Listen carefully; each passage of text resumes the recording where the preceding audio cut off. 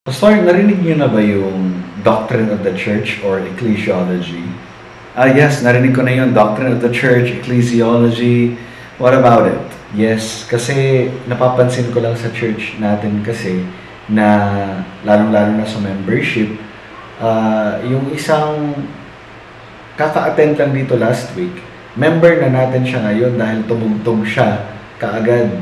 Kasi nung nag-attend siya, kinausap siya ng mga nasa music ministry at interested siya Kaya pagbigyan na natin, meron siyang talent, kailangan ipagamit yan sa Panginoon kaysa sa ipagamit natin sa mundo, di ba? Kaya member ka agad yan ng church. Okay. Tapos, nitong mga nakaraang buwan, madami tayong mga naging members na 6 months pa lang, nag-a-attend, members na sila. Oo, kasi yung membership natin dito sa church, binibilang natin kung ilang months sila mag-i-stay.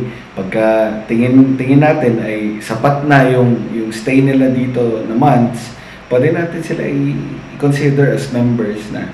Hindi na natin itatanong kung naunawaan ba nila yung kaligtasan. Basta mga 6 months, pwede na natin yung i-consider yung kanilang membership. Members na natin sila. At saka huwag mo masyadong intindihin yan kasi yung mga ganyang bagay, minor doctrine lang yan. Ang importante, meron tayong tamang view ng salvation. Yung mga minor doctrines na yan, eschatology, ecclesiology, huwag natin masyadong pagtuunan ng pansin yan. Okay. So, minor doctrine lang pala, kaya pala ganun. Narinig nyo na ba, Pastor, yung regulative principle of worship? Oo, narinig ko na yung regulative principle of worship na yan. Mga minor doctrines lang yan. Hindi nawawala yung kaligtasan natin kapag hindi tayo mag-adhere sa mga doctrines na yan sa church natin. Ang importante, makuha natin yung tamang view ng salvation. Okay na tayo doon. So minor doctrine lang din yun. Pero sabi sa Bible, Pastor, di ba na Jesus loves the church. He died for the church. The church is His bride. Paano siya naging minor doctrine if Christ so loved the church? Well, yeah, you have a point. Pero again, basta makuha natin tamang view of salvation, yung mga yan, mga minor doctrines lang yan. Huwag natin masyadong pagtuunan ng pansin yan. Hindi nawawala yung kaligtasan natin pag hindi natin i-hold yung mga bagay na yan sa church natin. Now that, my friend, is anti-intellectualism.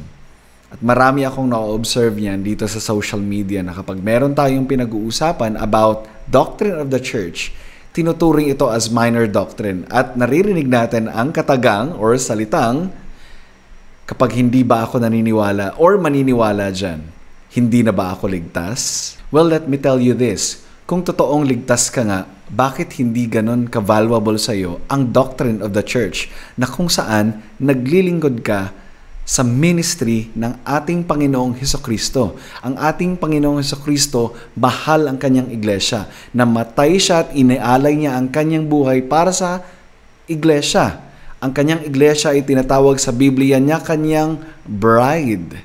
His purchased possession. Kaya it's nonsensical na isipin natin na ang doctrine of the church or ecclesiology or doctrine of worship, membership, administration of sacraments ay minor doctrine lamang at hindi natin ito masyadong pagtuunan ng pansin.